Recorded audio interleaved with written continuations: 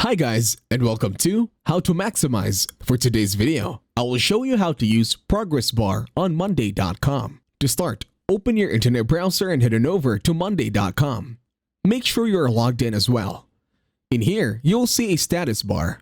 Once you click on a status, you will be able to change it depending on your preference, from working on it, stuck, or anything that you put in the options. Now to use this, click on plus add column in the rows available over your Monday.com tab. In here, click on the plus sign. Then click on more columns.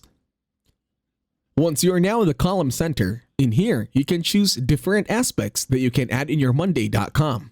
Use the search bar this time and then search for Progress Tracker and then click on add. And then in here, as you can see, there is now a progress tracker on your Monday.com. Now I will show you how to use it. First, click on a status that you have. Then tap on Done.